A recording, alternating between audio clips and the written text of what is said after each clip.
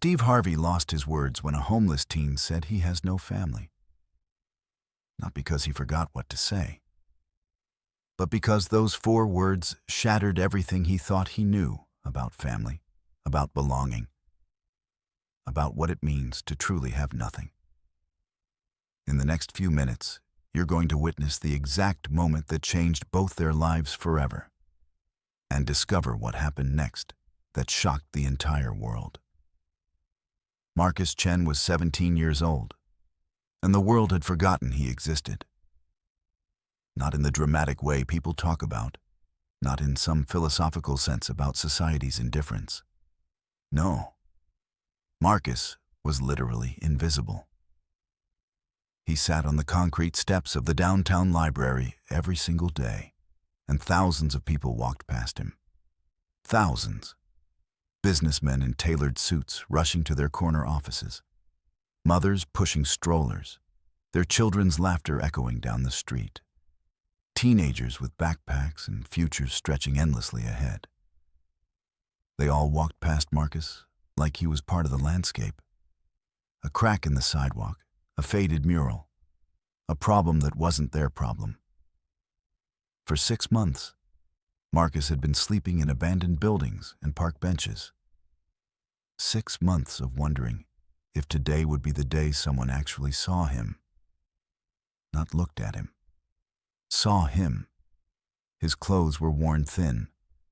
A gray hoodie that had lost its color somewhere between the 2nd and 3rd homeless shelter, jeans with holes that had become fashionable ironically, but were just cold on his skin. His sneakers had holes in the soles, and he'd stuffed them with newspaper to keep the water out when it rained. His backpack contained everything he owned. 3 shirts, a toothbrush he'd stolen from a gas station bathroom, a notebook, and pencils. The notebook and pencils were his lifeline. Because Marcus could draw. Not just draw, he could create entire worlds on paper. He could take the ugliness around him and transform it into something beautiful. A crumbling brick wall became an ancient fortress. A homeless encampment under the highway became a village of survivors. Each person with dignity, with stories, with worth. His hands moved across the page like they were possessed by something greater than his 17-year-old body. Something that refused to let his circumstances define his gift. Every morning, Marcus would sit on those library steps and sketch. Sometimes people would stop. They'd look at his drawings for a few seconds, genuine appreciation flickering across their faces. And then they'd move on. No money, no conversation, no acknowledgement that the person holding the pencil was a human being with a name and a history and a reason for being there. But Marcus didn't draw for them. He drew because it was the only thing that made him feel alive. The only thing that proved he still existed. His life had become a series of survival routines. Wake up before the police cleared the park, find a bathroom to wash up in, steal food from the grocery store deli. When nobody was looking, find shelter before dark, try not to think about his mother, try not to remember what it felt like to have a home. That last part was the hardest, because Marcus had had a home once. He'd had a mother who loved him. He'd had a bedroom with posters on the walls and a bed with clean sheets. He'd had a future that didn't involve sleeping under bridges or wondering where his next meal would come from. But that was before the accident, before his mother got sick, before the medical bills became impossible, before the eviction notice, before everything fell apart in the span of 3 months. His mother had done everything she could. She'd worked 2 jobs, then 3. She'd sold everything they owned. She'd exhausted every resource, every favor, every possibility. And then one day, she'd looked at Marcus with tears in her eyes and said the words that would haunt him forever. "I can't take care of you anymore. I'm so sorry. I'm so sorry." She'd taken him to a shelter and left him there. Not because she didn't love him, but because she loved him enough to let him go. hoping someone else could give him what she couldn't. That was 8 months ago. He hadn't heard from her since. So Marcus sat on those library steps, invisible to the world, and he drew. He drew because it was the only way to prove he was still here. Still real. Still worthy of existing. The drawings were getting darker lately. The worlds he created were becoming more desperate, more fragile, more aware of their own impermanence. Even his art was reflecting the slow erosion of hope that came with each passing day on the streets. He didn't know that today would be different. He didn't know that someone was about to stop and actually see him. He didn't know that his invisibility was about to end. Steve Harvey woke up that morning like he woke up every morning, to the sound of his alarm, the softness of Egyptian cotton sheets, the knowledge that his day was scheduled down to the minute. He was 57 years old, and he had built an empire on the foundation of his words. Millions of people knew his voice. They'd heard his laughter on comedy stages, watched his face on television screens, listened to his advice on relationships and life and dreams. He was a success story, a man who'd climbed from nothing to everything through sheer determination and the gift of gab. But somewhere along the way, the climb had distanced him from the ground. His penthouse apartment overlooked the city like a throne room overlooks a kingdom. Floor-to-ceiling windows, a view that stretched for miles, a space so removed from the streets below that it felt like a different planet. His morning routine was immaculate. Fresh pressed suit, expensive cologne, a cup of coffee prepared by his assistant, a car waiting downstairs to take him wherever he needed to be. Steve Harvey lived in a world of comfort so complete that struggle had become theoretical, abstract. Something that happened to other people. That morning, he had a meeting downtown. Nothing special, just another appearance, another photo op, another moment in the endless stream of his successful life. He'd done this 1,000 times before. He could do it in his sleep.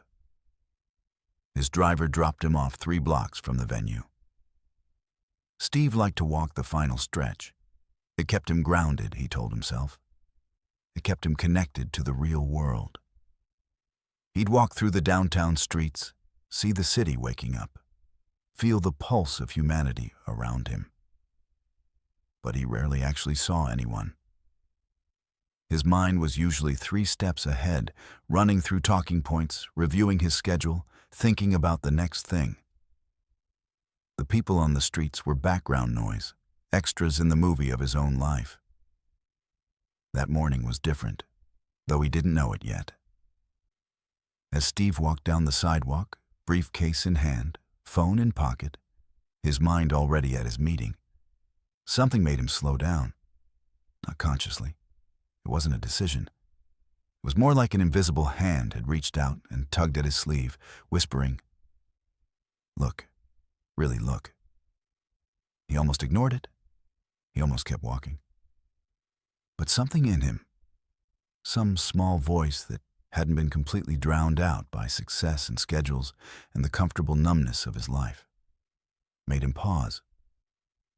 That's when he saw Marcus. Not really saw him at first, just noticed him. A teenager sitting on the library steps, hunched over a notebook, completely absorbed in whatever he was doing. There was something about the intensity of his focus, the way his entire body was bent toward that pencil and paper, the way nothing else in the world seemed to exist for him in that moment. Steve stopped walking. This wasn't part of his schedule. He didn't have time for this. His meeting was in 5 minutes. He should keep walking. This was exactly the kind of distraction that threw off his carefully orchestrated day. But he didn't keep walking. Instead, something shifted inside him. Some part of him that remembered what it felt like to be 17 and desperate and pouring everything into a dream. Some part of him that remembered being invisible too. Before the success, before the empire, before the penthouse, and the power. Steve Harvey walked over to the library steps and sat down. Not on a different step. On the same step as Marcus, close enough to see what the boy was drawing. It was a city. A sprawling, intricate, impossibly detailed cityscape that seemed to exist in some intersection between reality and dreams. The buildings had character, each one unique, each one telling a story. There were people in the streets, rendered in such detail that you could almost hear them talking. There was light and shadow and depth, and a kind of profound beauty that made Steve's breath catch in his throat. "That's incredible," he said. Marcus jerked his head up, startled. His eyes were guarded, the eyes of someone who'd learned that attention usually meant danger. His hand instinctively moved to cover the drawing, a protective gesture. "It's okay," Steve said quietly. "I'm not here to bother you. I saw what you were doing, and I had to stop." Marcus studied him carefully. This was a man in an expensive suit, carrying a briefcase, clearly important and busy, and exactly the kind of person who didn't sit on library steps. There was something in his eyes, though. Something genuine. Something that suggested he actually meant what he'd said. Slowly, Marcus lowered his hand and showed the drawing. Steve leaned in, studying every detail. "How long have you been drawing?" he asked. "Since I was little," Marcus said quietly. His voice was soft, uncertain, like he wasn't used to people asking him questions. "You're talented," Steve said. "Really talented, like this could be a career, talented." Marcus looked away. "Thanks." There was a silence between them, not uncomfortable, but heavy with unspoken things. Steve found himself in an unusual position. He was a man of words, a man who filled silences with charm and humor and carefully crafted anecdotes. But sitting here on these concrete steps, next to this boy with the guarded eyes and the extraordinary gift, words felt insufficient. "What's your name?" Steve asked. "Marcus." "I'm Steve." Marcus nodded. He didn't seem to recognize the name, which somehow made the moment feel more real. Steve wasn't Steve Harvey, television personality and successful businessman. He was just Steve, a man who'd stopped to look at a drawing. "Do you go to school?" Steve asked. Marcus hesitated. Then, "Not right now." Steve waited. In his experience, silence often invited people to fill it with truth. "I'm taking a break," Marcus added, which was a lie, but a gentle one. Steve didn't push. Instead, he asked, "What do you want to do? With your art, I mean. Do you have plans?" Marcus looked back at his drawing. "I want to create worlds," he said softly. "I want to draw things that make people feel something. I want to make beautiful things that prove the world isn't as broken as it seems." It was the most honest thing anyone had said to Steve in years. His phone buzzed. His meeting reminder. He was going to be late. His assistant would be calling in moments, confused and concerned. His schedule was about to be disrupted.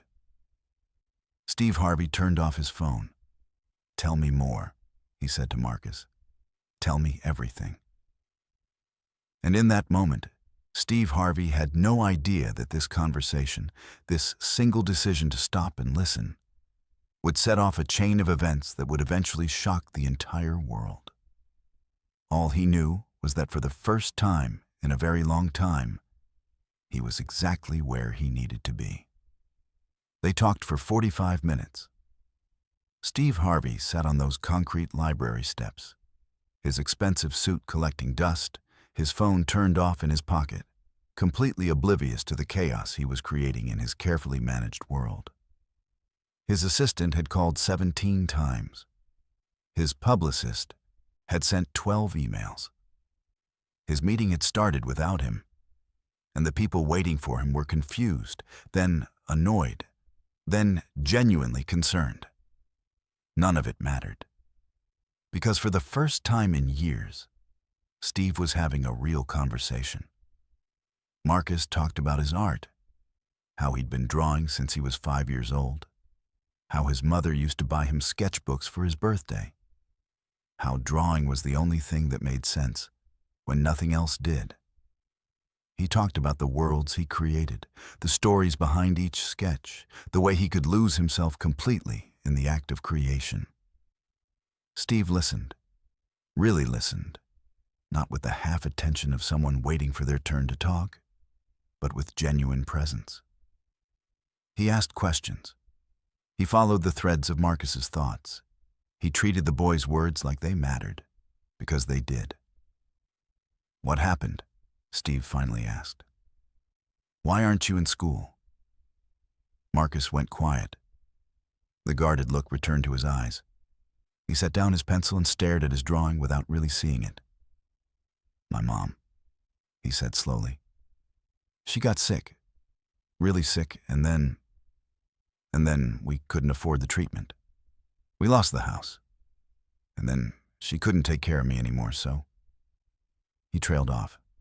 But Steve understood. The pieces fit together in a way that broke his heart.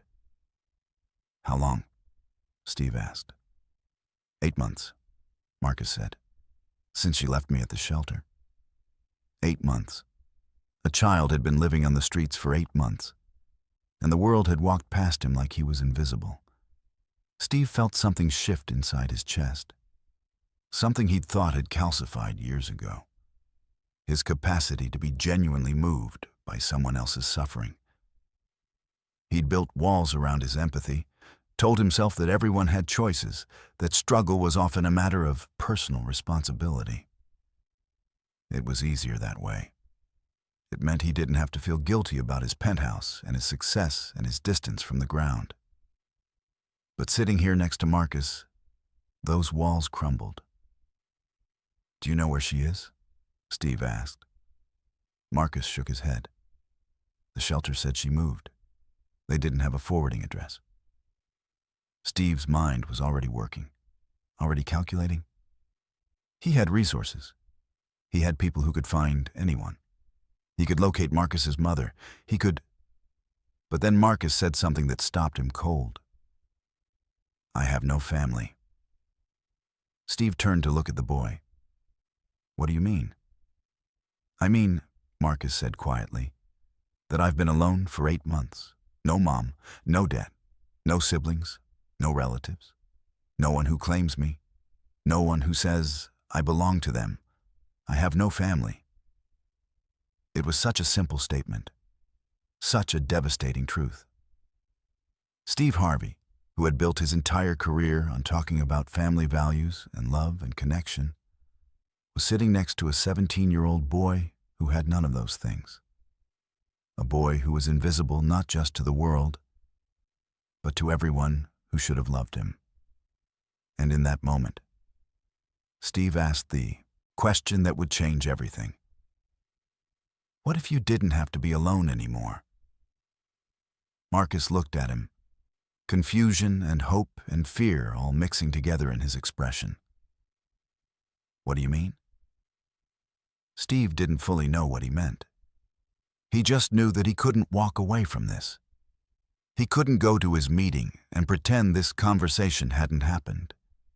He couldn't return to his penthouse and his schedule and his comfortable distance from suffering.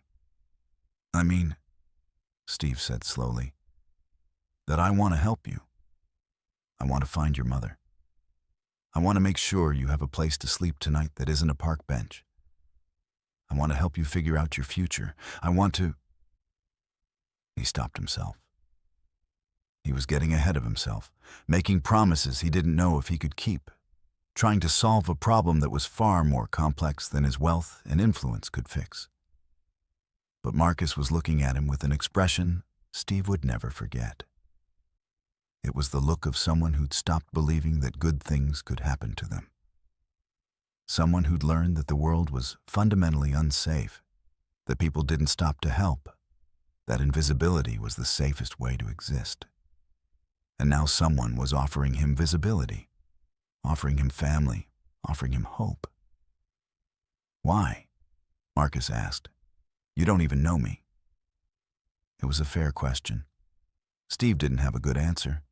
He could cite his charitable work, his philanthropic endeavors, his commitment to helping young people. But that would be a lie. This wasn't about charity. This wasn't about his public image or his legacy. This was about something deeper. Something that had been dormant in Steve for years. His capacity to see another human being and recognize their worth. His ability to step outside his own life and enter someone else's struggle. "Because," Steve said finally, "nobody should be invisible, especially not you." Marcus's eyes filled with tears. He tried to hide it, turning away. But Steve saw. Steve saw the moment when a boy who'd been alone for 8 months allowed himself to believe that maybe, just maybe, he didn't have to be alone anymore. "What's your last name?" Steve asked. "Chen," Marcus said quietly. "Marcus Chen." Steve stood up. His phone was still off. His meeting was still happening without him. His carefully orchestrated life was still in chaos. But for the first time in years, Steve Harvey felt like he was exactly where he needed to be. "Okay, Marcus Chen," he said, extending his hand. "Let's go get you something to eat. And then we're going to figure this out together." Marcus took his hand. His grip was tentative, uncertain, like he was afraid this moment might disappear if he held on too tight. But he held on. And that single moment of connection, one man and one boy, a stranger and an invisible child, would set off a chain of events that would eventually capture the attention of the entire world. Because sometimes, the most powerful stories aren't about grand gestures or viral moments. They're about one person choosing to see another person, really see them, and choosing to act. The restaurant Steve chose was upscale. The kind of place where the waiters knew him by name, where reservations were made weeks in advance, where a single meal cost more than Marcus had spent in the last month combined. Marcus knew this immediately. He could feel it the moment they walked through the door. The polished marble floors, the soft lighting, the whisper of wealth that hung in the air, like expensive cologne. He looked down at his torn jeans and worn hoodie, suddenly acutely aware of how out of place he was. "Don't worry about it," Steve said, noticing his hesitation. "You're with me." But that only made it worse somehow. Because Marcus wasn't with Steve, not really. He was a charity case, a project, a moment of philanthropy that would probably be forgotten by tomorrow. He'd seen this before. The way wealthy people sometimes decided to help the poor. The way they positioned themselves as saviors. The way the help always came with an invisible asterisk. As long as you're grateful, as long as you're humble, as long as you remember that I'm the one doing you a favor. The hostess greeted Steve with genuine warmth. "Mr. Harvey, we have your usual table ready." They were seated at a corner booth with a view of the city. A waiter appeared almost immediately with menus and water glasses. Steve ordered without looking at the menu. He clearly came here often. Marcus stared at his menu, overwhelmed by the options and the prices that seemed designed to make him feel small. "Get whatever you want," Steve said. Marcus couldn't. The anxiety was too much. He ordered a simple pasta dish, the cheapest thing on the menu, even though his stomach was screaming for more. Steve didn't comment, but Marcus caught the slight shift in his expression. A recognition of the shame that came with poverty, the way it trained you to take up as little space as possible. While they waited for the food, Steve pulled out his phone and turned it back on. Immediately, it began to vibrate. Calls, messages, notifications, the digital equivalent of screaming. Steve scrolled through them with a slight smile, like he was watching someone else's life unfold. Your people are going to be mad at you, Marcus observed. Probably, Steve agreed, but they'll get over it. Why did you turn it off? Marcus asked.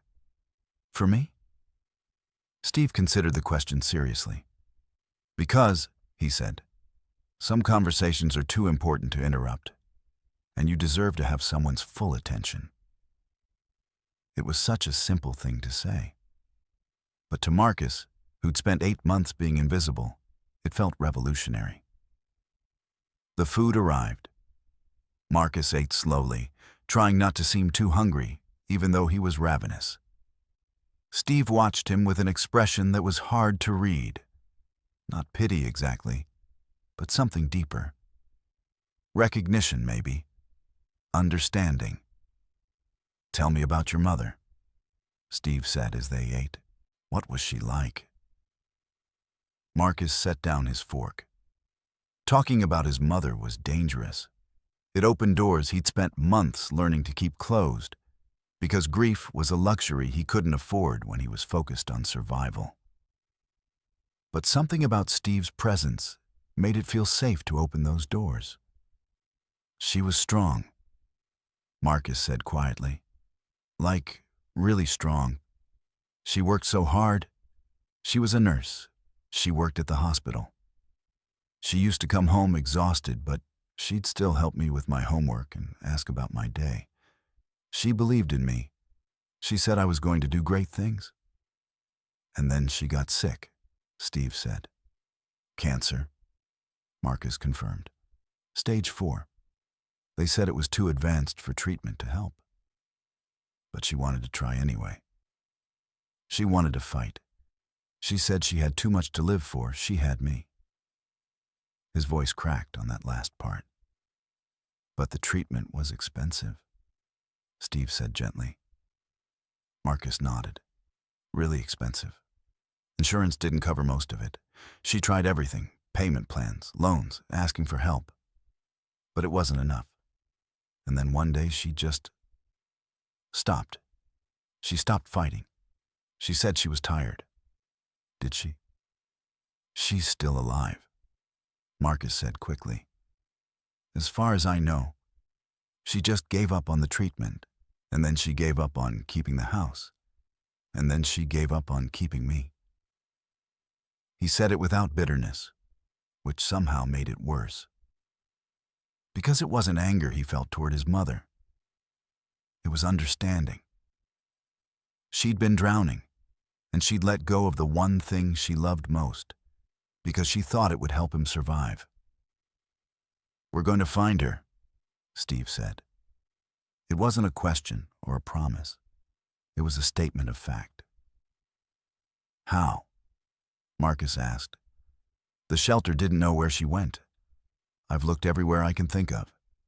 She doesn't have money for a phone. I don't even know if she's still in the city. I have people, Steve said. Private investigators, people who specialize in finding missing persons. If she's out there, we'll find her. Marcus wanted to believe him. He wanted to believe that it could be that simple, that a man in an expensive suit with resources could just solve the problem that had consumed his entire existence for 8 months. But he'd learned not to believe in things that seemed too good to be true. Why are you doing this? Marcus asked again. It was the question he kept coming back to, the one that didn't make sense to him. Steve set down his fork and leaned back in the booth. He looked out the window at the city below, at the millions of people living their lives, most of them invisible to each other. When I was young, he said slowly, I was homeless too. Not for long, just a few months, but long enough to understand what it feels like to be invisible. Long enough to know that one person's kindness can change everything. Marcus hadn't known this. He'd known Steve Harvey was successful, but he hadn't known about the struggle that came before. Someone helped me, Steve continued. A man who stopped and saw me when everyone else walked past. He gave me a place to stay, helped me get back on my feet. believed in me when I didn't believe in myself. And I promised myself that if I ever got to a place where I could do that for someone else, I would. And you're doing that for me? Marcus asked. I'm doing that for you, Steve confirmed. The waiter came and cleared their plates. Steve ordered dessert without asking if Marcus wanted it. When it arrived, a chocolate cake that looked like it belonged in an art museum. Marcus felt tears prickling at his eyes. He'd cried a lot in the past 8 months. Cried from hunger, from cold, from loneliness, from the weight of being invisible. But this was different. This was crying because someone had stopped. Because someone had seen him. Because for the first time in a very long time, he wasn't alone. After dinner, Steve took him to a hotel. Not a cheap one. A 5-star establishment where the lobby looked like a palace, and the staff treated Steve like royalty.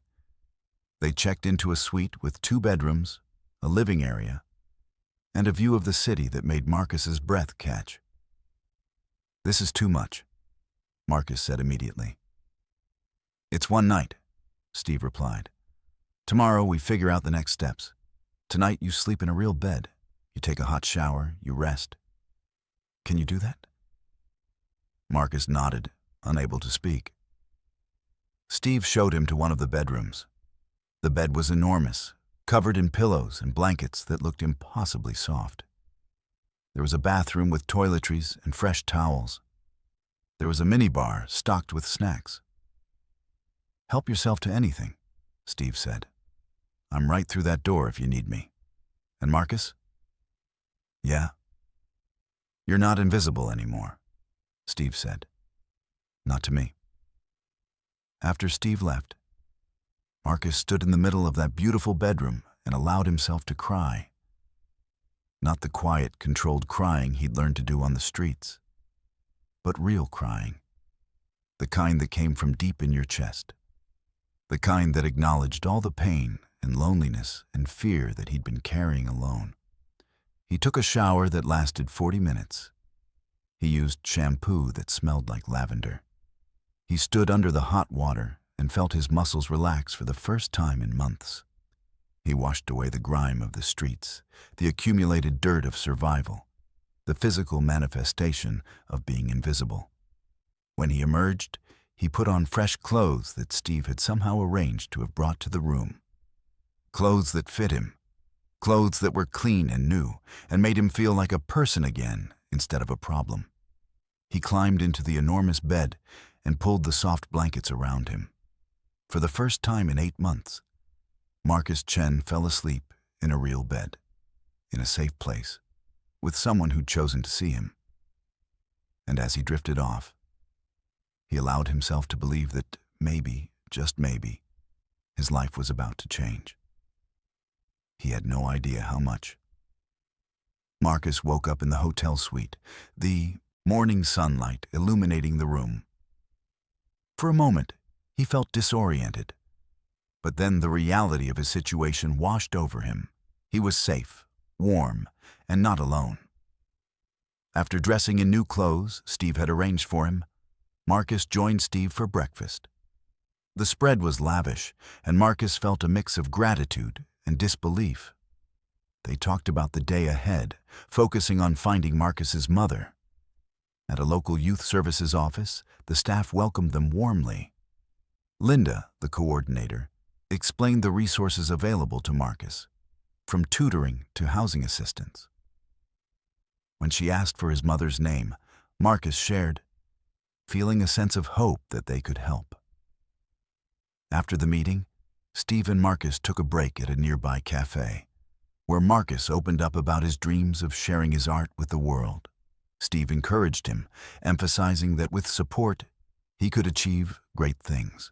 That evening, they returned to the hotel, where Steve arranged for dinner in the suite. As they ate, Marcus felt a sense of warmth and belonging. After dinner, he began sketching in his notebook, pouring his heart into his art. Steve admired his work, and Marcus felt pride in his talent. Surrounded by kindness and support, he realized he was no longer invisible. He was beginning a new journey filled with hope, purpose, and the possibility of reconnecting with his mother.